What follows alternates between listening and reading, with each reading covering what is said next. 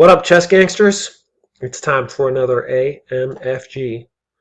My buddy David just texted me image of him watching the epic AMFG series unfold on his big screen TV, and that inspired me to make some more. So here I am, chilling with my roommate's cat Basil, and let's jump into this. So D4 was played, and David plays G6. I mean, it seems like usually he plays Knight F6, but he's always mixing it up for whatever that's worth. Yeah, here this kind of, I guess, could transpose to a Grunfeld if C4 is played, but now it's like a lemon system. I don't know why Lee Chess says it's a modern defense, but okay. Sorry, I got a cough. E3, C5, C3, and here's the first moment I might criticize David. Knight F6, perfectly sensible move. David, in the game, he played C4. These type of moves in Queen's Gambit type structures, I mean, this is like kind of like a black's playing a Queen's Gambit and white's playing like a semi-Slav or a Slav with the bishop out here. Yeah, these moves are usually bad when you push a C pawn up here. Not always, there's some positions where they're good, but usually they're bad. Usually just a developing move is good first. Now maybe David was worried if he just does normal development that um, white is going to be able to grab this pawn, play b4, and just be an extra pawn up. But here knight e4 would be a good move. And if b4 now, there's a lot of pressure. I suppose you could take here right away. Or you could just keep developing with knight c6. And if white keeps pressing forward after knight a5, this pawn's hit twice. This knight looks a little precarious, but he's actually fine. Oh yeah, for one he's protected by the queen, so you can even take here, hit the queen. Yeah, playing b6 here is a little risky because white will get the passed pawn. But basically, you should look at these type of structures a lot. I mean, there are lines. Oh, spoiler alert! Sorry about that. Yeah, there are lines where white can get away with taking the pawn and even keeping the pawn. So just pays to look at a lot of games. I will throw in uh, a Grandmaster game in this line. Okay, so we got 3 draws from this position. Let's throw in a game where black won the game. Why are we doing this? I wanted to open a new tab, but okay. Let's go back. I will throw that into the YouTube description later. But anyway, let's look at the game. C4 was played. Not the end of the world, but definitely not the best move here. Knight bd2, knight c6, bishop e2. Yeah, and here knight f6 would have been a better move than f5. It seems like David likes to play these kind of aggressive moves, but I don't see how this pawn is going anywhere. This leaves a big hole here. This pawn is backward. I mean, if you could somehow get this moving with tempo and then here, that'd be something else, but you're really making your dark squared bishop bad. Yeah, it's just kind of anti-positional. Okay, white castles. And now, I don't know whether David's being weird just to be weird. He'd really have to explain this to me. Maybe he'll say in the comments. I'm not sure what knight h6 is all about. But here, white voluntarily gives up the 2 bishops, so I'm not sure why he did that. Still, black structure is weird, and the position's kind of closed, so white hasn't lost too much of his advantage here. Oh, another thing, if I may go back to this position. Well, let me turn the engine on actually. Another thing about moves like this is it invites white or black, if it's color's reverse position, to just undermine black center right away.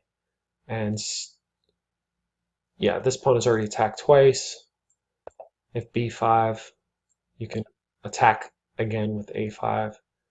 And at the end of the day, you're going to just destroy black's whole structure. If you take here, white will take back here, and if you take, the bishop comes out, and black has like all these central pawns and development, and he's probably going to win this pawn. And you could just ignore it, but now black's winning this pawn. He's got these open files on the queen side to work with. Bishop d7, queen b3, I assume. Yeah, and if black ever takes, bishop comes out with threats. So, and already this pawn is attacked twice. So that's what white should have done, and that's what usually a good remedy if whichever side has the C pawn on the fourth rank moves it to the fifth, relieving the pressure in the center. You can just kind of chip at that right away. And if black takes, white takes, he's got the open A file. He can later play C4 and yeah, try to get a domination in the center. So anyway, let's skip ahead to where we were. So F5, another questionable move. And now white also creates weaknesses, this pawn in particular, against his king. And yeah, and black does have the two bishops. The position's locked right now, but maybe you could play b5, bishop b2, aim at the king side, which yeah, white is weakened his king side. Probably more than black, because white only has one bishop, and this bishop is not really coming to attack the black king anytime soon. Okay, so David plays e6. Oh yeah, quick tactic. So most tactics you'll see on like Chess Temple or Elite Chess or Chess.com is like a piece winning tactic, but very important is like kind of mini tactics. So Queen b6 is like a mini tactic. It's just like a mini double attack. You're not winning a piece or anything. You're just attacking two pawns. But I mean, you know, a pawn is a pawn. Rook f6. I mean, excuse me, rook f3. Queen takes this pawn. That leaves this pawn weak, and both of these pawns are now isolated. White can get a little time on the queen, but at the cost of another pawn. Yeah, and yeah, it's kind of tricky to defend this pawn. I suppose you could do something like this, but now black will trade queens, and he's just a pawn up. And yeah, he can bring the bishop here, try to get his rook over here attacking this, maybe get his rook up here. Yeah, black has a good position in that case. So David saw the queen b6 move, but he played e3 first. Now queen b6 is not a double attack. It's just a single attack. Plus, white finally came across the right idea to play b3. So, yeah, you got to seize the moment, and this is another reason why longer games are good, because you really have the time. Obviously, this is a pretty unorthodox opening position, so you kind of got to think on your own and think about the weaknesses in your opponent's camp. White gave up the dark squared bishop, so he's going to be weak on the dark squares, and always be thinking about undefended points in the enemy position. And also, of course, if you can make a threat on the king to boot, that's a bonus. So with all those factors in mind, queen b6 is shouldn't be too hard to find. But okay, e6, b3, queen b6 now, rook f3, and yeah, here this is not a good move. This tactic just doesn't work because white can just take and come back and defend. And again, you're only attacking with your queen here. In the instance where you're winning a pawn, you have a concrete reason to bring your queen out into the fray. But here, this bishop is bad, and yeah, you've just given up a piece. Maybe for some compensation, maybe you'll come back and munch this. If white's not careful, maybe you could get that. Yeah, if white butchers this position, then maybe you'll have like a ton of passed pawns. But yeah, in fact, I suppose you could take this now, but probably you should take here first, otherwise white's going to undermine your whole center. Here, knight takes, and if you take here, c4, this rook is defended, and yeah, white's trying to open up the position and get all his pieces going, and it's kind of like all these pieces versus the black queen because, yeah, black still has to take the time to develop the bishop and the other rook, and he's a piece down. So that's what white should have done, but instead of taking the bishop, he retreats, and now David takes the important e pawn, hitting this pawn. This pawn is still weak. This knight is bad. So yeah, white basically took David's threat too seriously, and it's important in chess to not be intimidated if your opponent's like sacking a piece or doing something crazy. I mean, you should respect it, but if it doesn't work, it doesn't work. And yeah, timid moves like this are not good if they're not necessary. Again, I've said this before, but if you look at Grandmaster games, a lot of times when you think they have to defend, they don't defend. They just keep defending with an attack, defending with active moves that you wouldn't expect unless you're another Grandmaster. And if you start looking for those, it'll definitely improve your game a lot. Okay, white takes here, black takes back, bishop takes. And this point is sensitive, but for right now, it's defended 2 times. Let's see, queen c6 is what the computer recommends. I mean, barring what the computer thinks, I would be tempted to maybe play like king g7 or king h8 here.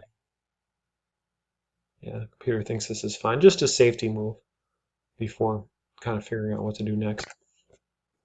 David plays queen c5. This is also good. It's attacking here right away, putting indirect pressure here, keeping the pressure here. Queen b3. And here, engine recommends to just defend this pawn, keep everything solid. And then later, I suppose you could play bishop here. Do have to worry about this pawn, but probably, let's actually see after here. Rook to a6. So this is kind of slow, but the point is you're going to get a tempo on this bishop and then develop your bishop. If you develop your bishop right now, assume white can... white doesn't even take.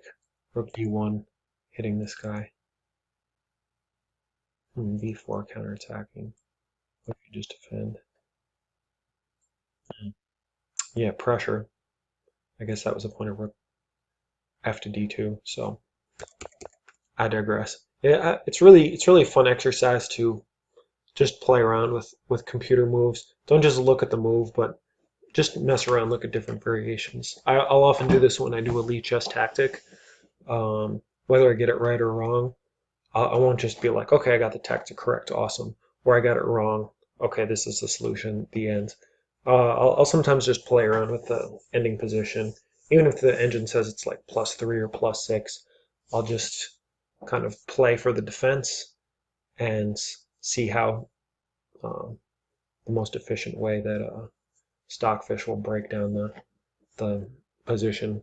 This kind of habit got ingrained in me when I was first starting out, and I was like rated 1100, and I would do tactics from my first tactics book, Winning Chess Tactics by Yasser Seirawan, where it's like basic stuff like fork, double attack, etc.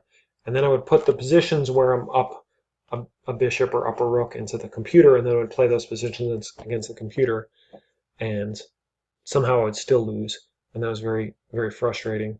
So yeah, I kind of got in the habit after that of seeing how to win after you're winning. So I digress.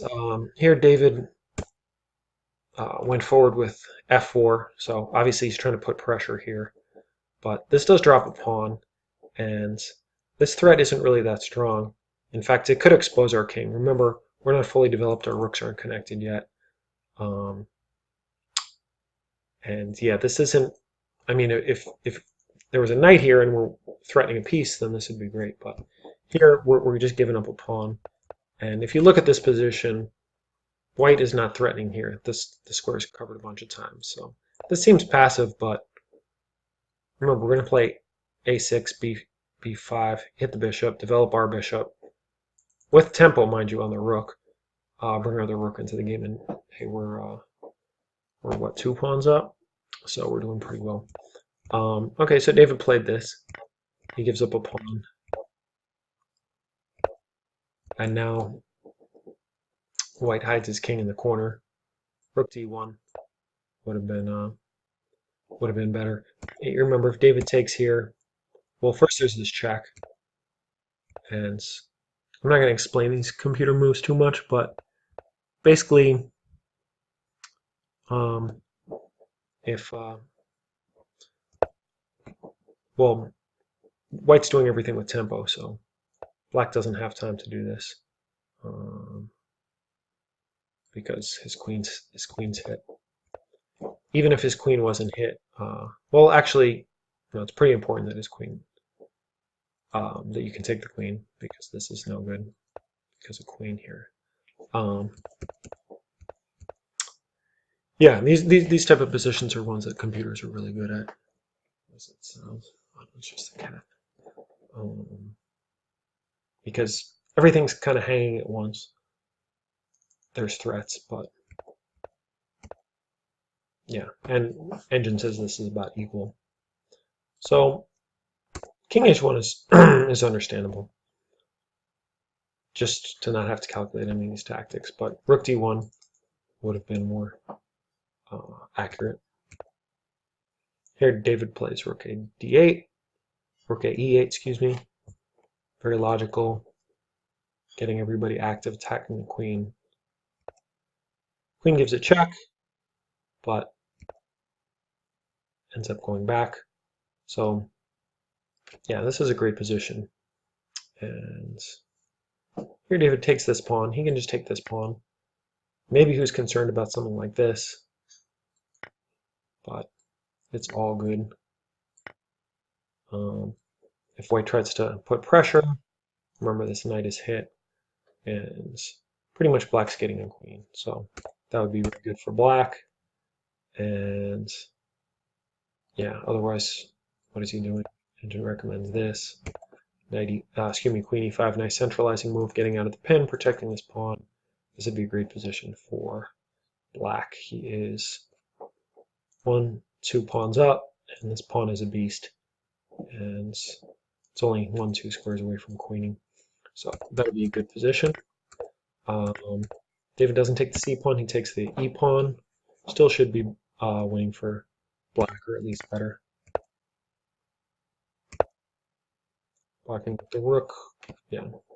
And it says here, but I like blocking with the rook. It's more aggressive. The only thing is, oh, okay, I see now why it's recommended here. Is there, yeah, now there are discoveries. Okay, yeah.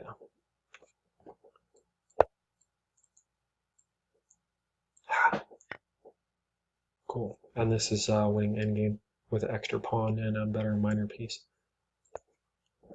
So yeah, King G7, I understand. Rook F7. Still good. Black should still be totally and utterly winning. Okay, here's another mini tactic. Actually, this isn't a mini tactic. This is like a proper tactic. Yeah, you can hit both of these pieces at the same time. White does have a check, but after Black gets out of the way, this is threatened and mate is threatened. So Black's best is just to like give up the piece, and this is totally winning. So yeah, always remember this happens a lot to rooks and knights for some reason. Well, obviously it wouldn't happen to a bishop because bishop here can be taken by the bishop, so it makes sense to attack into rook and knights a lot. So yeah, always think about these moves. Instead, bishop d4 is much less accurate. And yeah, here David must be in time pressure. He just gives up the bishop. Oh wait, no, he doesn't give the bishop. Excuse me, because of the back rank. So I assume this was just kind of a move to try to goad his opponent, but his opponent correctly plays h3. b6 defends. No comments. Uh-oh. Uh-oh.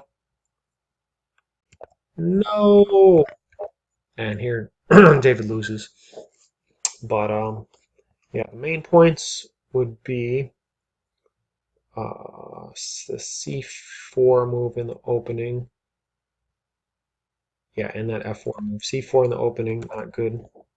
Yeah, and from now on, I'm also going to put the game link in the description. So if there's some lines I didn't cover as well and you want to go back and reference this game, whether you're David watching or someone else who's interested in this game, you can go.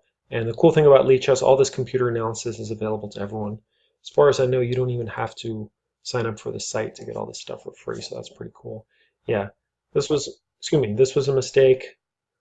F5 was a mistake. Um, let's see. Oh yeah, and B6 came one move too late, if you'll recall. In this position, David played E6, but Queen B6, bang bang, and that would have been led to a clear advantage. And yeah, after this, David played pretty well. Um, yeah, here, this move would have just won the game nice and clean. Again, after check here, White has big problems and has to lose a piece, and I have to make a lot of circles. So anyway, this is kind of a long video. I didn't mean for this to be this long, but there's a lot of interesting things to talk about in this game. Hope you enjoyed the video. Thanks for watching. I will throw the Grandmaster game and the link to this game in the YouTube description. Peace.